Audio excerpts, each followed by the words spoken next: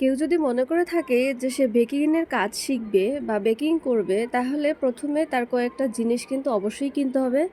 সাধারণত আজকে আমি সেই সব জিনিসের কথা বলবো যে ফার্স্ট যে বেকিং করতে চায় তার যেই জিনিসগুলা কিনা অত্যন্ত জরুরি।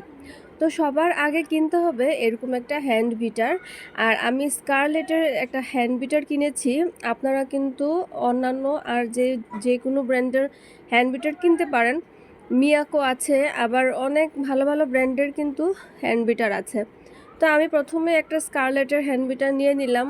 আর যেহেতু ফার্স্ট শিখতেছি বা আমার এখন কোর্স চলতেছে, তো সেক্ষেত্রে আমি এইটা দিয়েই প্রথমে কাজ চালাইতেছি। আর এটা ১ থেকে একেবারে এই যে 7 পর্যন্ত আছে, 1 থেকে 7 পর্যন্ত আছে, এটা অন অফ করার সিস্টেম আছে। 0 তে নিয়ে আসলে অফ হয়ে যাবে। আবার 7 পর্যন্ত নিয়ে গেলেও কিন্তু হাই স্পিডে চলতে থাকবে। যখন নরমাল স্পিডে দেওয়া হবে তখন এই যে 1, 2 এগুলাতে রেখে ফার্স্ট ডিমটা বা যেকোনো ক্রিমটা ওইটা বিট করতে হবে। তারপরে ফুল যখন দিয়ে দিবে তখন 7 এ যেয়ে নিয়ে নিতে হবে। আর এই যে নিতে হবে একটা মোল্ড। ওইটা হলো 6 ইঞ্চির একটা মোল্ড। এটা ১ পাউন্ডের কেকের জন্য একটা মোল্ড। আর প্রথমে যেহেতু মানে খুব বেশি কিনি নাই, প্রথম শিখতে হলে এই ধরনের একটা মোল্ড কিনে নিবেন। আর খুব বেশি প্রথমে কেনার দরকার নেই। আর সবার আগে যেটা জরুরি সেটা হলো এই যে চামচগুলা। এগুলা হলো সবগুলো 1/3 কাপ, হাফ কাপ এগুলা সব ml। তারপরে ১ টেবিল চামচ যে পরিমাণগুলো আছে। বেকিং কিন্তু পরিমাণ ছাড়া হয় না। কেউ যদি বলবে যে না আমি অনুমান করে দিয়ে দিব, তাহলে সে কখনোই পারবে না।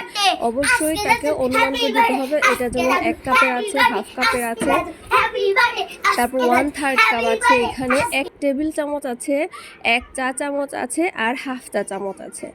আরেকটা জিনিস সেটা হলো এই টার্ন টেবল। এটা কিন্তু কিনতেই হবে, কারণ এটা ছাড়া কিন্তু আপনারা কেক যেটা ডেকোরেশনের ব্যাপার-স্যাপার আছে সেটা করতে পারবেন না। কেক ডেকোরেশন করতে অবশ্যই আপনাদের এটা প্রয়োজন। আর ফার্স্ট আপনারা এইটা করতে পারেন। আর আস্তে যদি প্রফেশনালি হয়ে যান তখন কিন্তু যেটা স্টিলের আছে সেটা নিতে পারেন। আর এটা কিন্তু একটু কাঁপে। আপনারা একটু অবশ্যই দেখে শুনে বুঝে কিনবেন, কারণ এগুলা কিন্তু ভালো থাকে না সবসময়। আর এই যে একটা নিবেন প্যালেট নাইফ, এই নাইফটা নিয়ে নিবেন। এটা অনেক লম্বাও আছে, আবার এর চেয়েও ছোটো আছে। আমি মিডিয়াম সাইজের যে প্যালেট নাইফটা, সেই প্যালেট নাইফটা নিয়েছি। আর এখন আমি যেহেতু বেকিংয়ের কাজ করতেছি, তো ফার্স্ট টাইম আমি যে জিনিসগুলো ছাড়া সম্ভব না সেগুলোই আপনাদেরকে বলতেছি যে আপনাদের কি কিনতে হবে। আর এই যে এখানে নিয়েছি একটা স্টার নজেল, তারপরে এই যে একটা স্টার নজেল নিয়ে নিয়েছি। আর এটা হলো পাতার নজেলটা নিয়ে নিয়েছি। আর একটা হলো এই যে গোলাপ ফুল তৈরি করার জন্য যে নজেলটা, মানে বেসিক কেকের জন্য যে নজেলগুলো প্রয়োজন সেগুলাই কিন্তু এখানে নিয়ে নিয়েছি। কারণ বেশিরভাগ কেকগুলোতেই গোলাপ তৈরি করতে হয়, তারপর লিফ তৈরি করতে হয়। আর স্টার নজেল দিয়ে কিন্তু অনেক ডিজাইন আছে, ইউটিউবে আপনারা সার্চ করে দেখতে পারবেন, অনেক ডিজাইন আছে। আরেকটা জিনিস সেটা হলো এই যে পাইপিং ব্যাগগুলা। ক্রিম নেওয়ার জন্য পাইপিং ব্যাগ তো অবশ্যই নিতে হবে। প্রথমে আপনারা ৩ থেকে ৪টা পাইপিং ব্যাগ নিয়ে নেবেন। আর এটা কিন্তু ওয়াশেবল। আপনারা একবার ইউজ করে তারপরে কিন্তু ওয়াশ করে পরের বারও ইউজ করতে পারবেন, কারণ আমি এভাবে ইউজ করে দেখেছি, কোনো সমস্যা হয় না।